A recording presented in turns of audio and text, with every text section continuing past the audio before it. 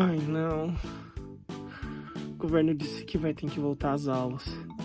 O que será que eu vou fazer? Tô tão acostumado a dormir na minha cama. Ah, será que eu vou ter que ir pra aula todos os dias de novo? Eu acho que não. Tomara que eu possa dormir alguns dias até mais tarde, acompanhar aulas online e ter que ir alguns dias pra tirar algumas dúvidas, né?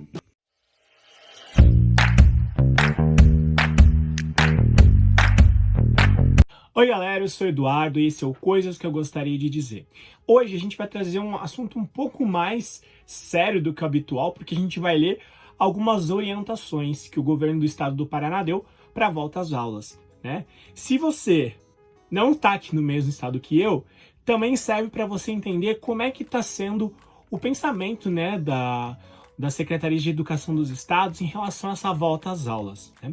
O que a gente sabe agora é que alguns estados já voltaram, né? Como em Manaus, que desde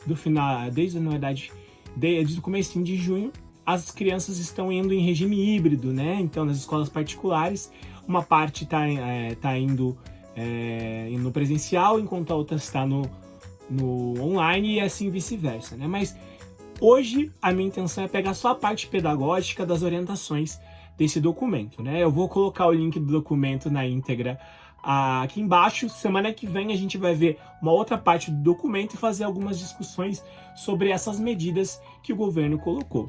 Mas para hoje a gente vai falar de algumas coisas específicas das cláusulas.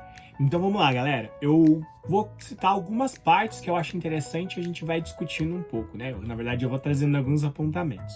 Então, o primeiro ponto que eu quis ressaltar fala sobre justamente o ensino híbrido. Então, o documento diz: o ensino híbrido será adotado e facultativo à adesão das famílias. As aulas remotas ocorrerão diariamente e as aulas presenciais ocorrerão de forma escalonada, né? Então, a gente tem aqui dois pontos bem interessantes.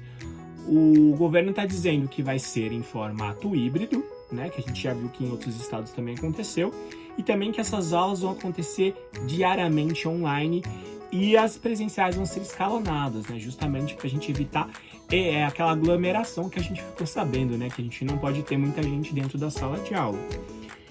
Estudantes que acompanham as atividades não presenciais de forma satisfatória e que demonstram bom rendimento na avaliação diagnóstica podem continuar exclusivamente em atividades não presenciais se os pais ou responsáveis assim concordarem. Essa segunda parte que eu quis trazer para vocês é bem interessante, porque está dando a liberdade para os pais e para a escola liberarem aqueles alunos que já estão com nota ou que conseguem entender o conteúdo de maneira online, que fiquem apenas em formato online.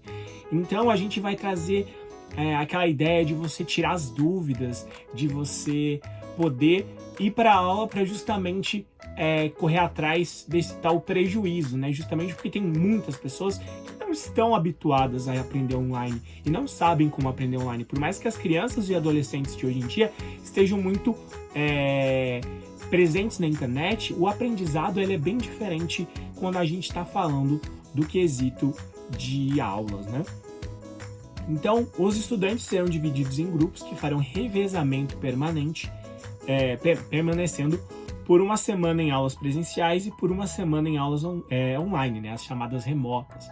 Então, a solução que o governo do estado do Paraná, que é responsável tanto pelos colégios estaduais, né, quanto pelos colégios particulares, né, de orientações, né, de princípios para que as escolas possam funcionar, está trazendo para os alunos que uma semana eles vão ficar no presencial e outra semana eles vão ficar no ensino remoto, né? Então é um jeito de você também verificar como o seu ambiente está diferenciado. E a gente vai falar sobre, no próximo vídeo, a gente vai falar sobre as especificações que tem dentro do ambiente escolar, né? Então por isso eu quis trazer só as orientações pedagógicas para que a gente não ficasse se delongando demais, né? Então a gente vai trazendo também a responsabilidade dos pais. Esse próximo ponto que eu vou trazer, ele é bem importante porque vai trazer o que os pais vão ter que fazer nesse momento. Então, aos pais ou responsáveis que decidirem pelo retorno presencial do estudante, deverão apresentar o termo de ciência assinado.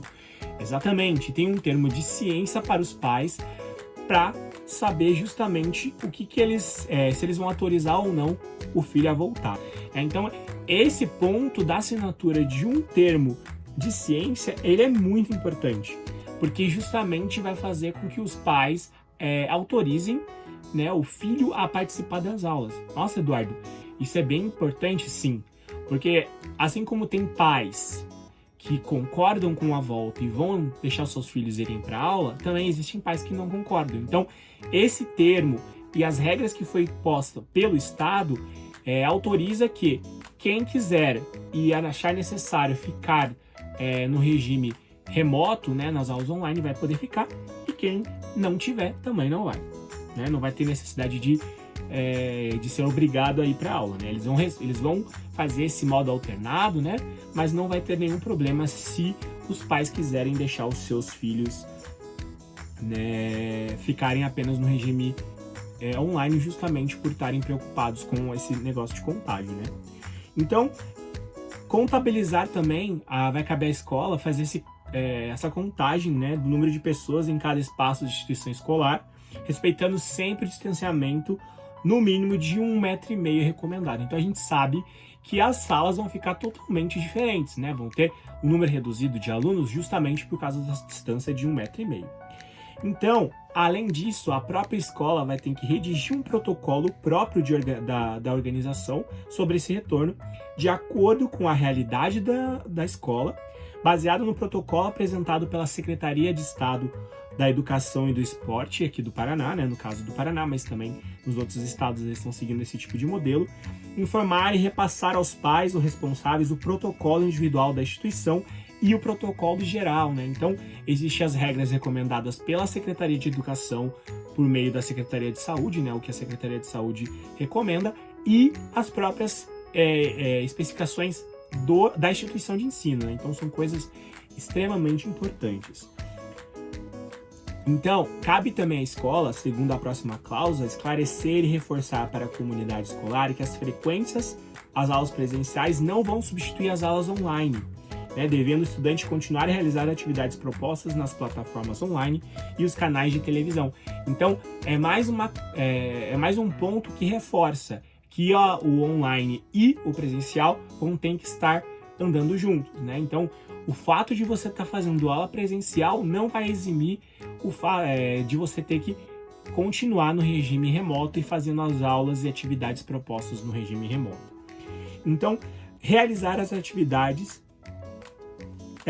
a fim de fortalecer a retomada de conteúdos de recuperação escolar e de atendimentos aos estudantes com maiores dificuldades, né? Então, eles vão fazer um nivelamento do EAD. Então, nesse primeiro momento, pelo que eles colocaram no protocolo de retorno, eles querem que as pessoas, né, os alunos com dificuldade tenham uma prioridade, porque justamente tem gente que não vai conseguir aprender da mesma maneira que os outros, né? Então é legal pesar isso, né, com a dificuldade dos alunos e que o retorno seja gradual, né? Então, como vai ser esse retorno? Aqui também fala isso. Então, primeiro vai ser os estudantes do terceiro ano do ensino médio, justamente porque eles têm que fazer o Enem e os vestibulares. Aí depois vai vir do nono ano do ensino fundamental, né? Segundo retorno dos estudantes do ensino médio inteiro, né? Então, segundo e primeiro ano vão vir depois do nono ano. Aí, terceiro são os retornos dos estudantes do ensino fundamental 1 e 2, né? Que vai do primeiro até o oitavo ano. Aí, depois a gente vai ter os estudantes da educação infantil e um outro ponto que eles colocam aqui são aqueles estudantes menores de 2 anos que não vão poder retornar, justamente porque são crianças. Então, existem escolas que atendem crianças com menos de 2 anos. E aí, o Estado não está recomendando, né? A Secretaria não está recomendando o retorno dessas crianças. Então, as instituições privadas deverão elaborar um plano específico para esses tipos de criança, né? Para essas idades específicas. E aí, para a gente terminar, eu contatei a Secretaria da Prefeitura de aqui de Curitiba para saber qual é a visão deles, né? Então, eles só me informaram que até o dia 31 de agosto, segundo o decreto 958 do Diário Oficial de 24 de julho, as aulas presenciais foram impedidas de início até o final desse mês, né? Então, depois disso, segundo a assessoria de imprensa, eles estão fazendo a avaliação do quadro epidemiológico do coronavírus aqui na cidade de Curitiba, né? Então, existem também as especificidades não só do estado, mas também da cidade, como a gente conhece muito bem. Então, em relação às escolas particulares, elas vão estar obedecendo esse decreto que eu estou lendo para vocês, na verdade, esse protocolo, para justamente eles poderem voltar às aulas, né? Eu sei que esse vídeo ficou um pouco longo e traz algumas informações mais pesadas, mas é interessante a gente saber quais são as medidas que o governo está tomando para que os filhos, primos e irmãos, para que as crianças e adolescentes possam retornar de maneira segura e aprender da melhor maneira. Eu sei que para os profissionais de educação não é um momento fácil, mas esse é um momento que a gente vai conseguir entender a real importância da educação. Eu vejo isso muito. Por mais que seja difícil, a gente esteja preocupado com a nossa segurança e com a nossa saúde, né? Os pais que decidirem vão estar seguindo essas orientações pedagógicas. No próximo vídeo a gente vai falar exatamente sobre o resto, né? Sobre o que a escola vai ter que fazer no seu ambiente para se adequar a essas normas de saúde. Então, esse foi o vídeo de hoje. Eu espero que vocês curtam, compartilhem, comentem e, por favor, vamos disseminar todas essas ideias de educação e também, principalmente agora nessa época de pandemia, tudo que a gente puder sobre educação para ajudar o seu filho, o seu irmão, todas as crianças e adolescentes e também os pais, os filhos, né, e toda a comunidade, porque a educação é de todos nós, vamos lembrar bem disso.